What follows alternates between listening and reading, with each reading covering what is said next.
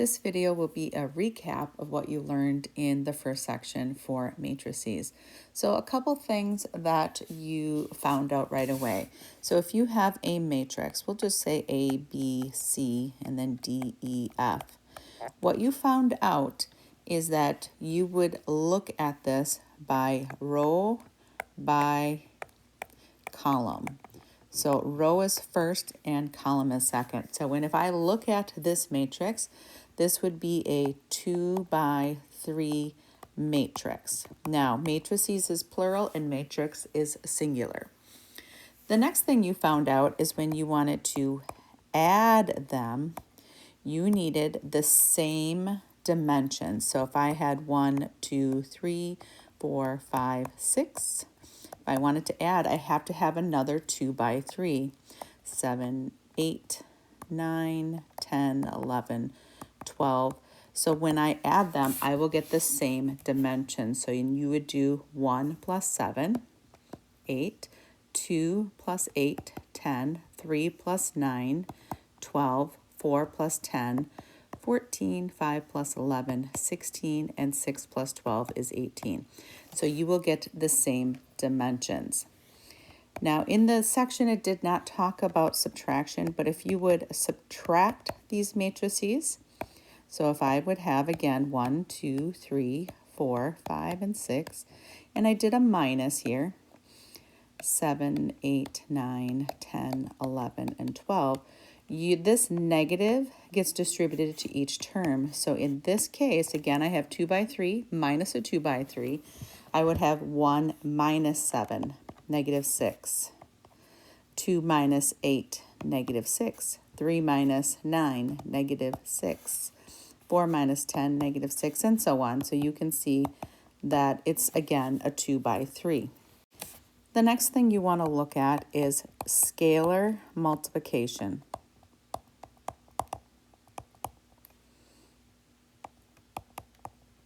So what scalar multiplication is if you take a number, 5, and you multiply it by a matrix. 2, 7, 8, negative 3, 1, negative 2. All you do is multiply the 5 times each term. So 5 times 2, you would get 10. 5 times 7, 35, 40, and so on. Negative 15, 5, and negative 10. So that would be your scalar multiplication. Now multiplying matrices became a little bit more different and multiplication.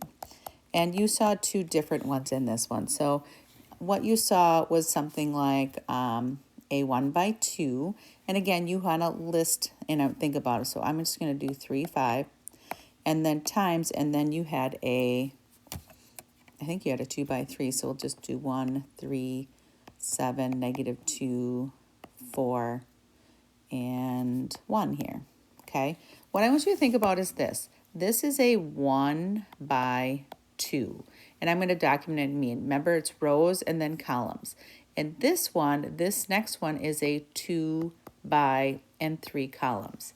So when you get your answer, these 2's right here should match and should be on the inside. Your resulting matrix should be a 1 by 3. So I'll go ahead and do this, and I'm actually going to do it underneath because this will get up a little bit longer and I want to write out each step. So when I take a look at this, I only have one row, and then I have to multiply it by each column. So I'm going to have 3 times 1. So the first entry here and the first entry here. So 3 times 1 plus the 5 times the negative 2. 5 times negative 2. That's my first entry. Plus, or the next entry would be the 3 times the 3, which is 9. And I'm going to go ahead and write it out.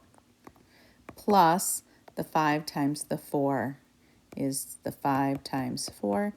And then the last entry here is the 3 times the 7 plus the 5 times the 1. And then you take it off. So now I can go ahead. 3 plus a negative 10. So 3 minus 10, negative 7. 9 plus 20, 29. and 21 plus 5 is 26. So that's how you do multiplication. Let me do another one. So another multiplication.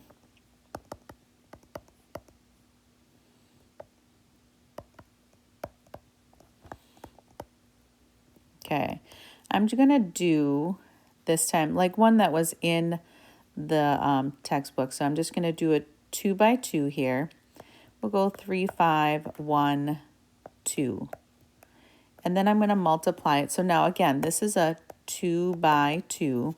So I know that because of this 2, my next row, if I want to multiply it together, has to be a 2. So I'm going to do the 2 by 3 that I have up here again.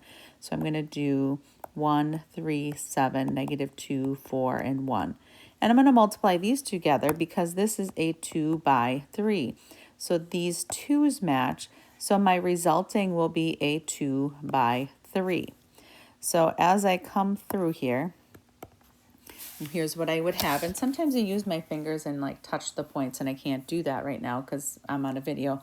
But 3 times 1 is 3 plus negative 10 because 5 times negative 2. So I'm going to have my negative 7. So 3 times 3 is 9 plus 5 times 4 is 20. That's the 29. I'm just doing this over again, just like I had, and it's showing up the same. 3 times 7 is 21, plus 5 times 1 is 5, so 26. Now, the next row here is your 1 times 1 is 1, and then 2 times negative 2 is negative 4. So 1 minus 4, negative 3. 1 times 3 is 3, plus 2 times 4 is 8, 11. 1 times 7 is 7, plus 2 times 1 is 2, which is, so add those together is 9. So again, you can see I have a 2 by 3, which came from there. And then just a couple of final things. If I have a 0 matrix, that is anything with zeros entered. That's a 0 matrix. And then it talked about the additive identity matrix.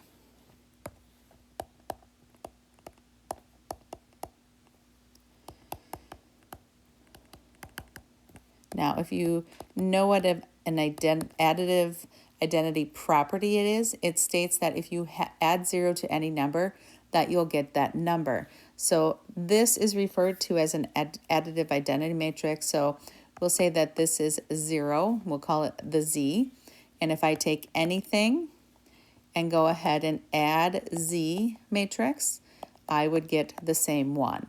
And I should make a note on that. So matrices are labeled with a capital letter. And finally, I could ask you, if I give you a matrix, if I give you this matrix and I'll say 2, 3, 1, 4, negative 6, 7. I could, and we'll call this an L. So I could ask you, what is L 1, 3? 1, 3. Well, what you do is this is your row and this is your column. So first row, third entry is your 1. You would say that is 1. Or I could say L2, 1. This would equal second row, first column, so 4. So that is how you look at when you are naming these, how to find which entry you need.